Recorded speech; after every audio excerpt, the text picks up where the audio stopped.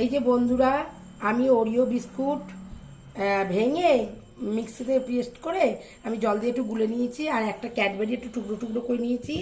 এবার আমি ইডলির মধ্যে দিয়ে আমি কেক বানাচ্ছি। দেখবেন কেমন করে বানাই। একটু এই পেস্টটা দিলাম, এবার একটা দিয়ে দিলাম মাঝখানে, আর আবার একটু দিলাম ওপর দিয়ে।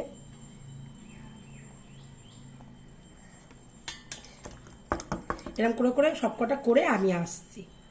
এই যে বন্ধুরা, আমার এটা একসঙ্গে করা হয়ে গেছে সবকটা। এই যে বন্ধুরা, আমার ইডলি কেকটা হয়ে গেছে।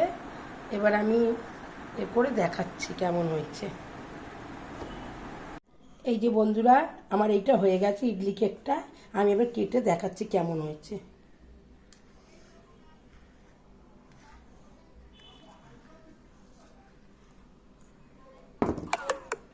এই যে এরকম হয়েছে, বাহ কি সফট হয়েছে। এই যে কি সফট হয়েছে।